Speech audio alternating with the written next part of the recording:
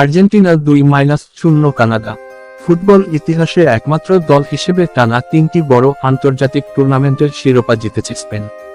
তাদের সে রেকর্ডে ভাগ বসানোর পথে শেষ ধাপে এসে পৌঁছালো আর্জেন্টিনা। কোপা আমেরিকায় ফাইনালের এই ধাপটা এখন পাড়ি দিতে পারলেই স্পেনের অনন্য সেই কীর্তিতে উচ্চারিত হবে লিওনেল মেসি, আনহেল দি মারিয়াদের নামও। আর্জেন্টিনা তা পারবে কিনা তার সময়ই বলে দেবে। তবে কোপা আমেরিকায় সেমিফাইনাল পর্যন্ত লিওনেল স্কালোনির দলের পারফরম্যান্স দেখে আর্জেন্টিনার সমর্থকেরা আশাবাদী হতেই পারেন। যুক্তরাষ্ট্রের নীল জার্সিতে মেটলাইফ স্টেডিয়ামে আজ কোপা আমেরিকার সেমিফাইনালে কানাডাকে 2-0 গোলে হারিয়ে ফাইনালে উঠেছে আর্জেন্টিনা।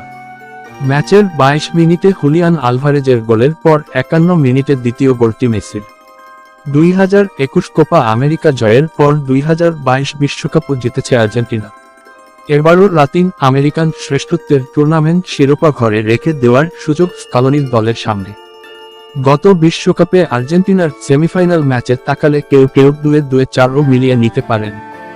আজকের মতো ক্রোয়েশিয়ার বিপক্ষে সে ম্যাচেও আর্জেন্টিনার স্কোরবোর্ডে মেসি ও আলভারেজের নাম ছিল। এবার কোপায় অভিষিক্ত কানাডা ম্যাচের প্রথম 10 থেকে 15 মিনিট বেশ ভালোই খেলেছে। তবে তালগোল পাকিয়ে ফেলেছে আর্জেন্টিনার রক্ষণের সামনে এসে। স্কালোনির দল গুছিয়ে নিতে একটু সময় নিয়ে প্রথম গোল আদায় করেন নেয় 20 মিনিট পরেই।